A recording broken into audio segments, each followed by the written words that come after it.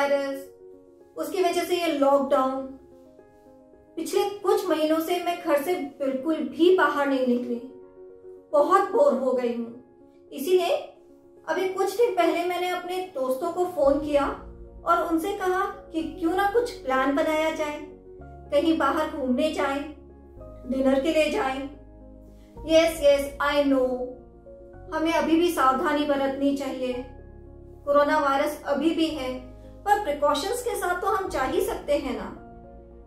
पर जब मैं अपनी एक फ्रेंड से इसके बारे में बात कर रही थी तो कुछ अजीब सी फीलिंग हुई, क्योंकि जो वर्ड्स हम नॉर्मली डे टू डे में यूज करते हैं उसका प्रोनाउंसिएशन बहुत गलत तरीके से करते हैं।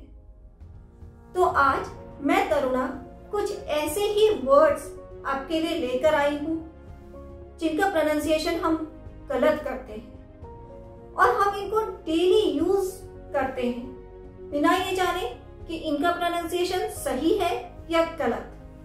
तो चलिए मेरे साथ आप भी इस वीडियो में एंड तक बने रहिए और देखिए कि कितने वर्ड्स आप सही प्रोनाउंस करते हैं और कितने गलत। चलिए आज का वीडियो हम शुरू करते हैं।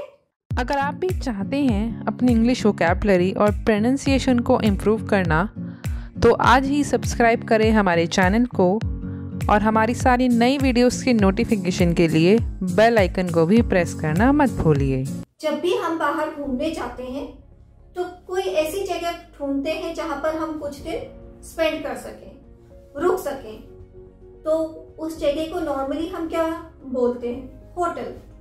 उसकी स्पेलिंग होती है HOTEL। ये हम में से सभी कोई बोलता है होटल, पर एक्चुअली इसका सही प्रोनाउंसिएशन है होटल। होटल, होटल नहीं, होटल।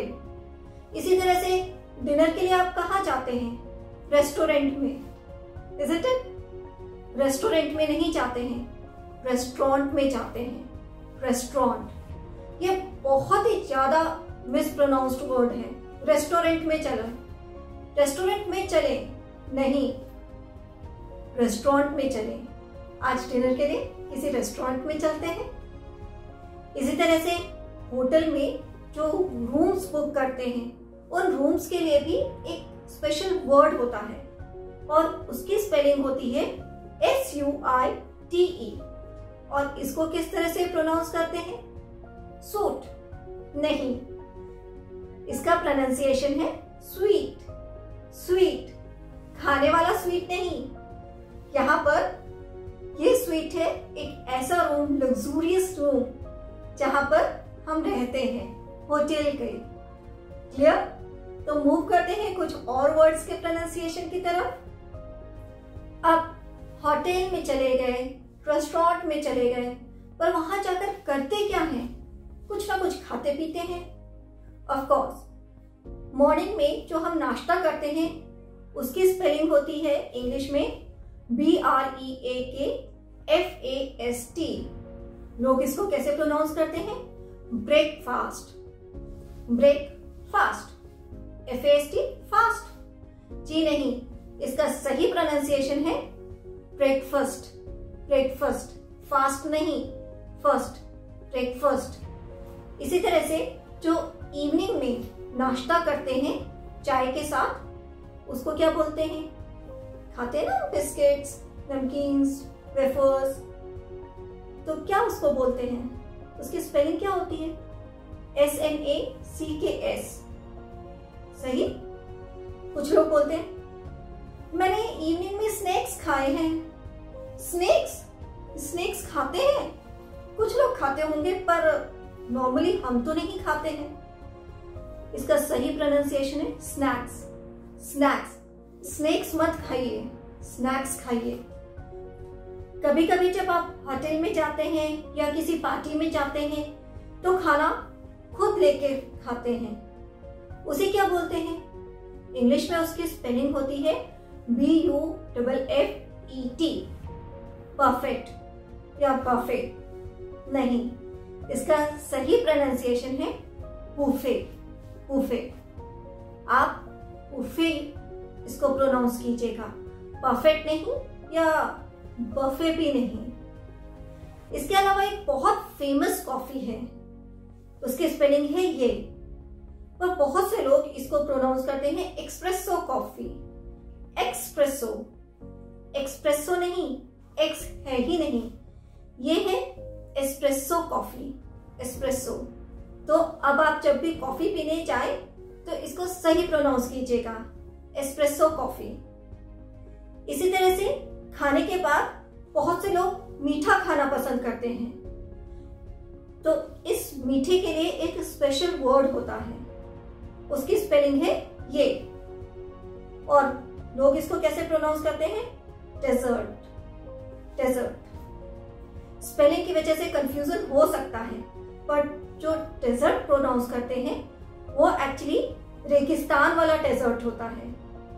इसका सही प्रोनाउंसिएशन है डेजर्ट, डी आप प्रोनाउंस करेंगे, डेजर्ट। और इसका मतलब होता है स्वीट डिश, खाने के बाद जो हम खाते हैं ना स्वीट डिश, उसको हम बोलते हैं डेजर्ट, डेजर्ट। डेजर्ट नहीं बोलिएगा। जब आप होटल में जाते हैं या किसी रेस्टोरेंट में जाते हैं तो सबसे पहले आपको वहां पर MENU एक कार्ड होता है जहां पे उनके सारे आइटम्स के नेम्स लिखे होते हैं, वो दिया जाता है।